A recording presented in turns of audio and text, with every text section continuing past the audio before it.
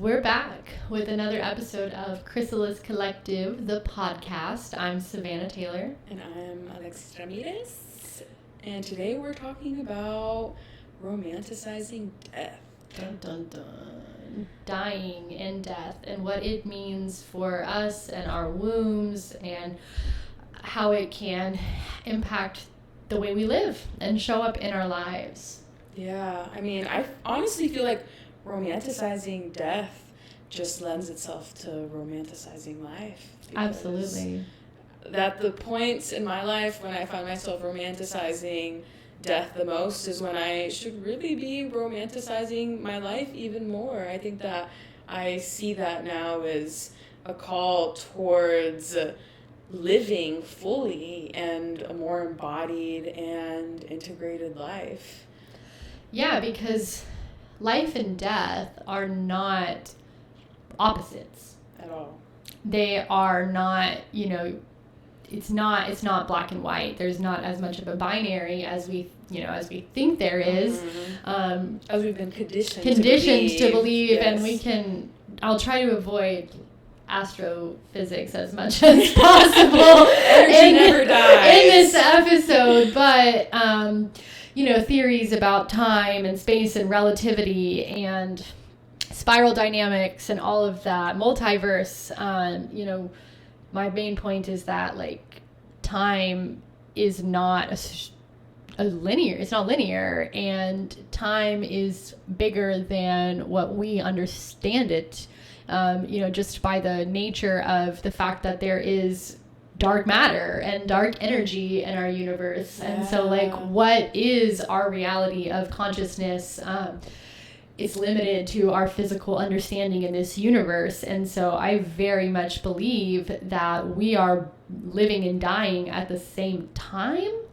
That there's it's in Kurt Vonnegut talks about this as I think it's Slaughterhouse-Five now, and I'm all tired from the end of the day, but about how the Tralfamadorians are this group of people, and they believe that if someone is dead in our society, they're dead at one point, but in a completely other point in time and space, they're completely alive, and they're perfectly alive. Mm-hmm. And I believe that to be kind of how life and death work. You are alive and you are dead at the same time, because all time is existing at once. Yeah, it's just whether or not we've aligned or caught our physical reality and perception up to it. Yeah, I see that. Yeah, and we live in a culture that is very much we want to have eternal life. We are obsessed with this. Super obsessed. That's what so many things, that's how they're marketed towards us. If you do this, then you'll look younger for longer. And if you eat a certain way, then, you'll have this, your cells, that's the whole thing behind superfoods and all of these ways that we get things marketed towards us. Yeah, and when the pandemic happened too, I think it became very clear that we have a mass fear around death and a very detached relationship to death, and to risk and to fear and all of these things. We just do not address them in our day-to-day life. And so when we are, confronted with the realities of them, it paralyzes us. Mm-hmm. And we have no idea how to move through it. And so that's kind of what this podcast is about, is demystifying death, destigmatizing it, romanticizing it, and befriending it. Yeah, walking with it. Yeah. Because when we take death as a companion, we are given the opportunity to really, really relish in the beauty of our life. Yeah, in every waking moment that we have, it just gets to be that much more amplified, and we see the opportunity for presence and for awareness in comparison to death. Because, that's all of us are heading in that direction. That is the one thing we all have in common. So why not allow that to be something that we move with and that shapes how we interact with the world around us and with others, and just amplifies those feelings that we want more of, that we really get to sit and bask in the joy and the love and the happiness that we feel that much more deeply, because we know that those moments, they flow and they're fleeting and they'll come back around, but they don't stay forever, just like we don't stay forever. Absolutely. And I think that if we did that on a macro level, we would see peace. Mm-hmm. If we stopped being so focused about what I have, what's mine, exactly, what I believe, and more focused on collective consciousness, because that's what I believe in, is one universal consciousness that we embody physically. And that same consciousness flows through the wind, it flows through the trees, through the leaves, the water. All of that is the movement of consciousness, the movement of energy. And it's the same energy that's flowing through me in this physical form. But of course, I'm living a different lived experience than you, but we share consciousness, and we have the ability to tap into shared consciousness. Like, I have experienced that in my lifetime. But what you said also just reminded me of a funny story that happened today. I have a 4-year-old son, and 4 is like the time where kids are beginning to understand permanency.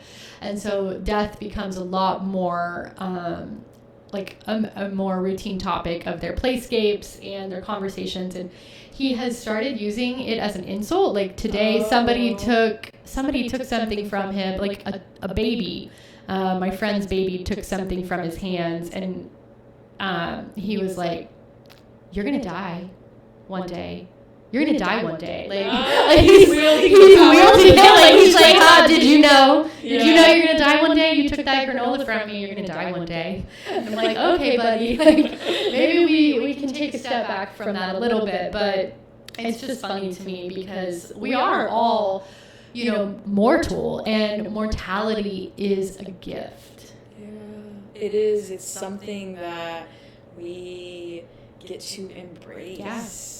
I think that if we looked at it in that way, through that perception, we would just be so much more grateful for the time that we do have. And it's like, what would you do with your time here on earth if you really walked with that knowing and embodied it day to day, instead of thinking, oh, it's so far down the line, like, what if it did happen tomorrow?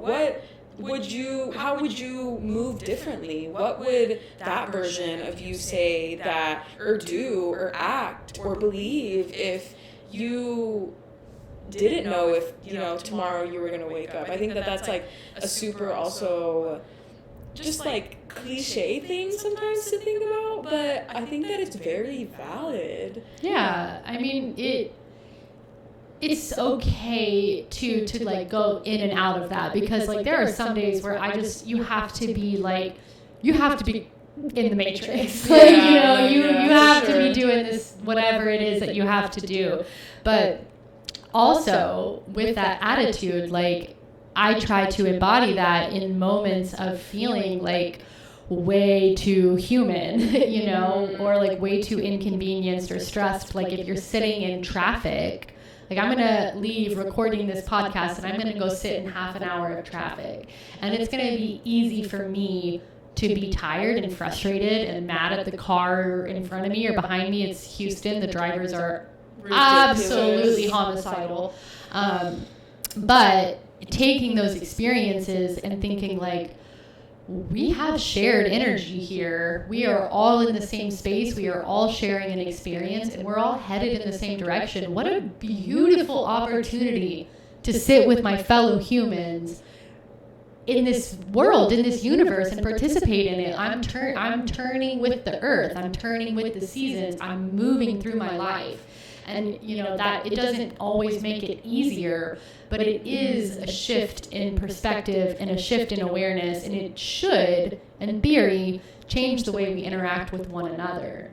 Yeah, I mean, ideally, that would be what would come out of that shift in our perspective, is that we deeply humanize the people around us and see them through a more compassionate lens, because we know that our time with them is limited. And I was listening to another podcast. It was Mel Robbins' podcast, talking about how much she was talking about, like, the American time study. I don't know if you've heard about, like, after we turn 18, the time we get to spend with our family radically drops. Like, and the time that we spend with extended family is even less. And it's just like the time that we get with one another, because I think that that's what death really touches on. It goes hand in hand with time, because it's the limitation of our physical,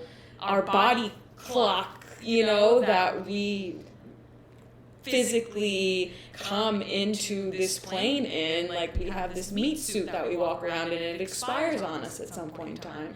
And, like, what does it mean to then spend that time? How do we choose to spend it? Who do we choose to spend it with? How do we feel when we're around those people that we're actively choosing to spend it with? Are they amplifying our energy? Are they putting us in a state where we feel joyful and happy and or at peace? And it's just like there are so many feelings. So, like, getting to fine-tune and tap into which energies we want to share and what we want to do with our time here and how we choose to create is just taking our autonomy back. I feel like it's just so much more empowering to get that perspective shift, to see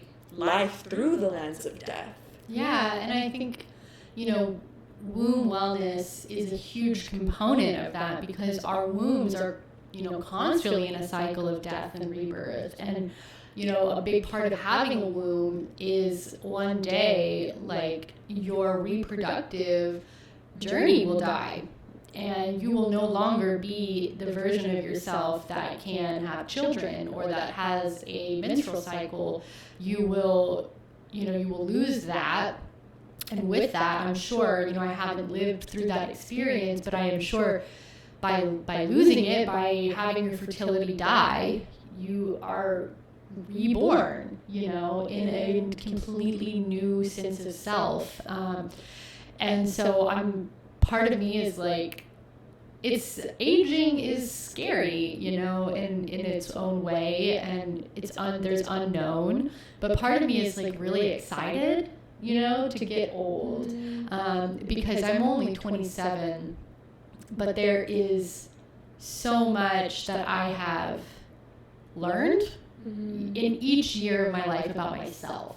And so I'm like, man, if I live to be 87, like, what am I going to know about me? Yeah. And like, who am I going to be born into at 87 years old? Like, what will my story be and my relationship to my womb be at that time? Because it doesn't stop just because you go through menopause. There's still that part of your body. And so, I think that, like, tapping into the consciousness of your womb and accepting cycles through your womb is one way of daily practice of, romanticizing death, because with each cycle, our follicular phase, once that's done, it's done. Yeah. You don't go back into it. Exactly. You do have another cycle. You don't get the same phase. Exactly, yeah. And you don't have that same opportunity again. And with each cycle comes a lot of lessons.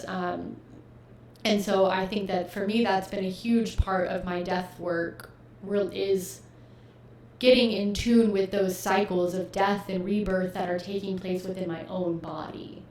Yeah, I totally feel that because I'm like currently on my period, so I'm very much feeling the release and what it means to have my hormones at a very low state and have that slow internal death, and think about my past cycle, because now I'm at the beginning of a new one. Sure. Because now I'm menstruating, and like, what does it mean for me to have gone through this past cycle and get to this point? What did that 28-day version of Alexis, what did she learn? What did she get out of her small death in her womb, and what lessons, what wisdom is coming with that? I think that it's super important to view our periods as an opportunity to connect to that, to connect with those small deaths of every version that we get of ourselves. Because I'm never,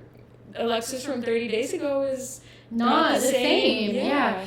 And one thing that we're really excited to bring to the table is we've done our full moon gatherings, which are very much an embodiment of fullness and bright light and energy, and kind of capitalizing on that. But on the other side of that, there is real darkness, and there is a need to sit within the darkness. And so we will begin hosting new moon gatherings that are centered around loss in the womb and grief, pregnancy, release, abortion, and any type of just kind of death in that space. And so we are excited to kind of start promoting that. We'll begin those gatherings in March, so make sure that you are kind of following along to get more information. I don't even know. February is so short, so I don't even know when this podcast is going to air. It might be...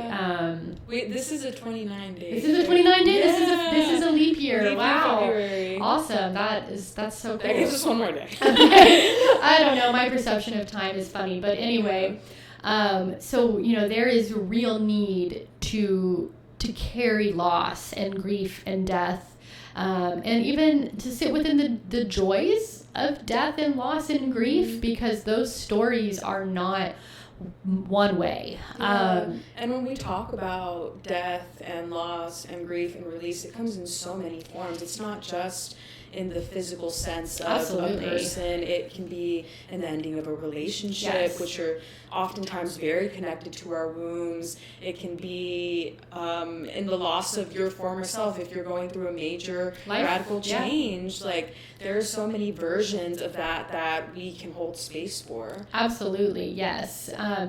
And also, sometimes loss, death, grief, even, there is like an illumination of joy that is a part of that. Mm-hmm. One thing I felt really strongly through my own, when you are pregnant and you are experiencing loss, or your baby that you're pregnant with dies and you're still pregnant, you're in between worlds, and you have a very intimate knowledge of death within life, and the awareness of both of these things needing to exist at the same time.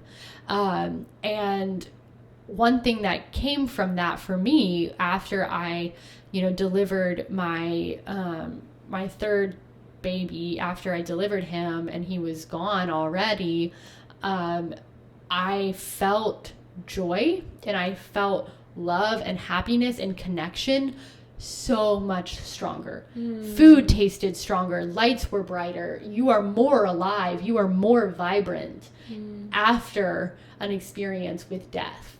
Even if you are sad and grieving. It is a very weird space to be. The veil for you is very, very thin.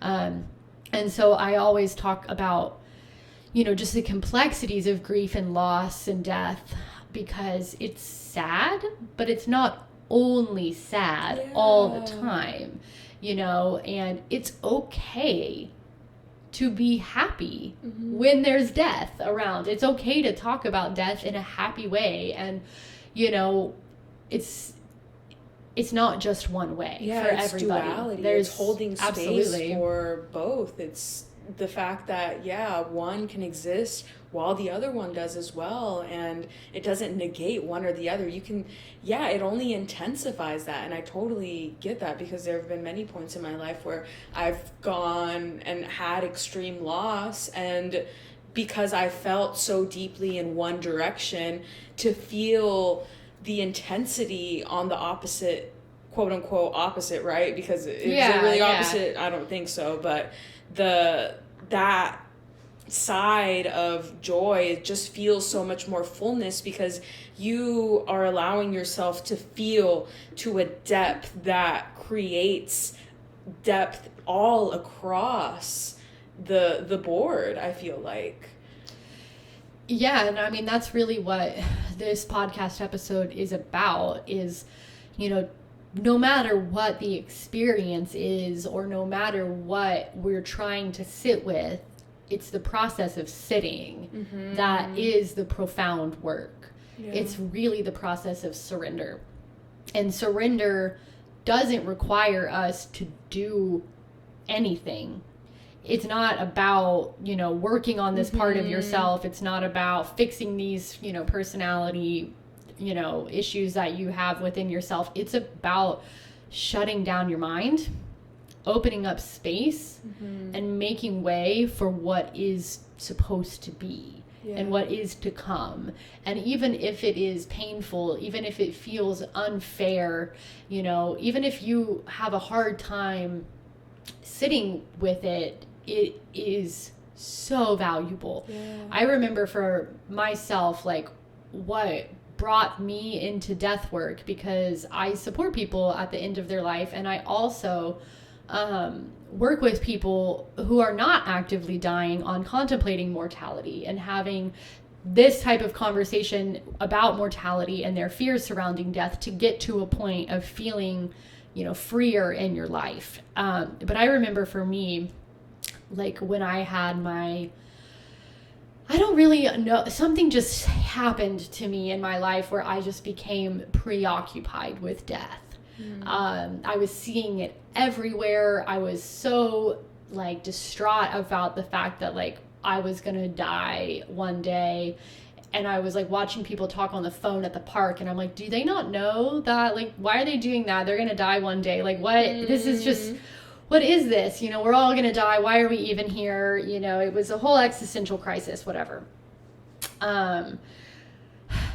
But through doing that, through having a real reckoning with my own mortality and with death, I have come to a place where now I am trying to spread, you know, death education and death positivity, and death as a, like, sitting with death as a form of radical self-love. And it's revolutionary, because if we as a society took it really seriously, that, like, we are here for a temporary amount of time, then, like, maybe we wouldn't be so violent.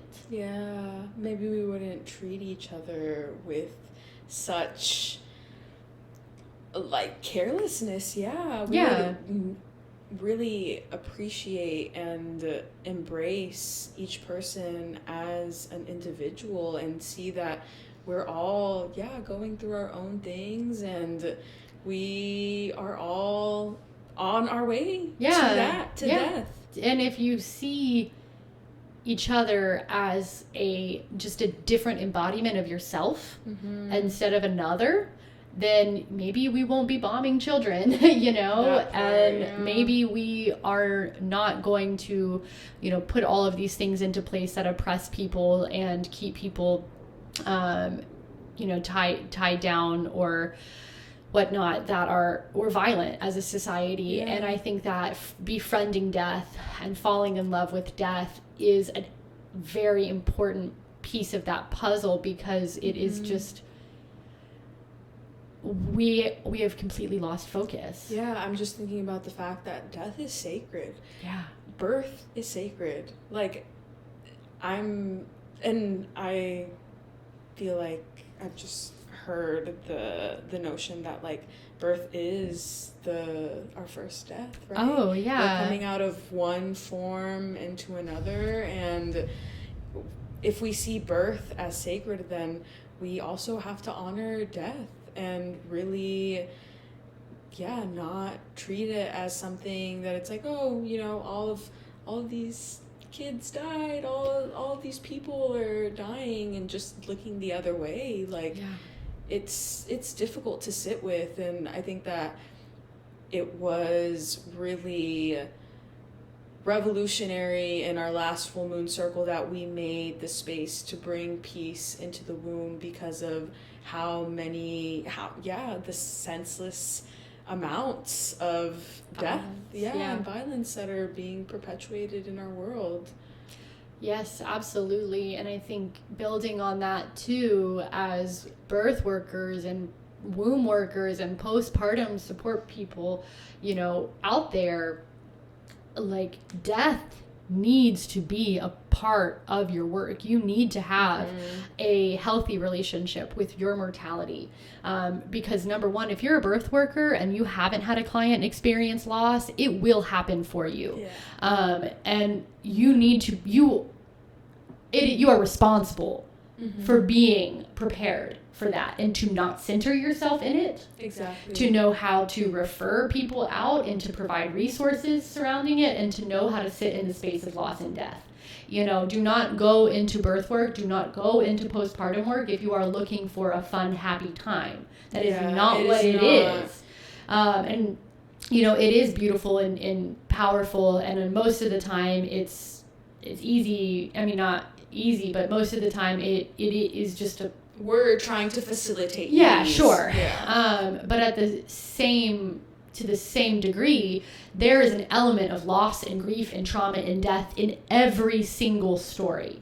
I remember one of my first birth clients being in triage in the hospital with her, and I had done, I was a relatively new birth worker, but I thought I had like pretty extensive intake process and prenatal care. Like I felt like I was providing really good care for these people, and I think that I was. But I remember getting to triage and the nurse asking, like, is this your first pregnancy, your first baby? And she was like, no, this is my third. I've had two miscarriages before. And I didn't know that as her doula. And I was like, it really, really struck me at that time, was like, this is not just black and white here.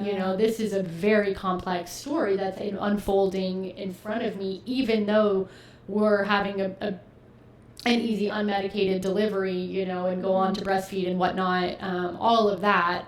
But in every space you walk into, there is an element of death. And it is so important to have a healthy relationship with it and to not be afraid of it, because you are responsible as a, care provider in those relationships to hold space for whatever, story your client has. Yeah, exactly. And recognizing that it's not clean cut. Like, one person's experience of grief and how they move through it is going to be different than the next, and what kind of support and space that they'll be needing during that time is so unique. And I think that that's what's beautiful about providing intuitive care, is that you understand that the needs of the person in front of you will arise and unfold in the way that is necessary, and you go from there. Like, we can't just put I'm thinking like a blanket kind of umbrella, like we can't just generalize experiences because they're so nuanced, and we have to make space for that. If you care about being a well-rounded person that provides support through people transitioning in any way throughout life, death does have to be a part of that for you. Yeah, because we are born and we die so many times before our physical death. And holding space for all of those transitions is getting comfortable with death. And it is a really important part of this work. And so we are, very aware of death in our womb work. And it's always going to be a facet of our conversations because it is so powerful and so meaningful to be able to walk with death and to have conversations with death and have conversations with ourselves about what our fears are surrounding death and how that is embodied within our wombs, and so when you come to our full moon gatherings or our new moon gatherings or our individual and or group womb wellness sessions, just know that this is a death friendly space. This is a space where you are safe in your mortality and that we are all on the same journey. Yeah, we welcome the vulnerability that comes with talking about death, just like we welcome the vulnerability that comes with talking about the nuances of what it means to live and live a more womb-centered life. Absolutely. Yes. So thank you for listening, for tuning in. You can subscribe to our podcast. You can leave us a review if you are able to, because that would really help us out. It would feed the almighty algorithm and the powers that be. Help us reach more listeners, please. So, give us a rating, leave us a review. We would love to hear your thoughts. Please send us any feedback to info@chrysaliscollective.me. And you can connect with us further on Instagram at @the_chrysalis_collective. All right. We'll see you next time. Until next time.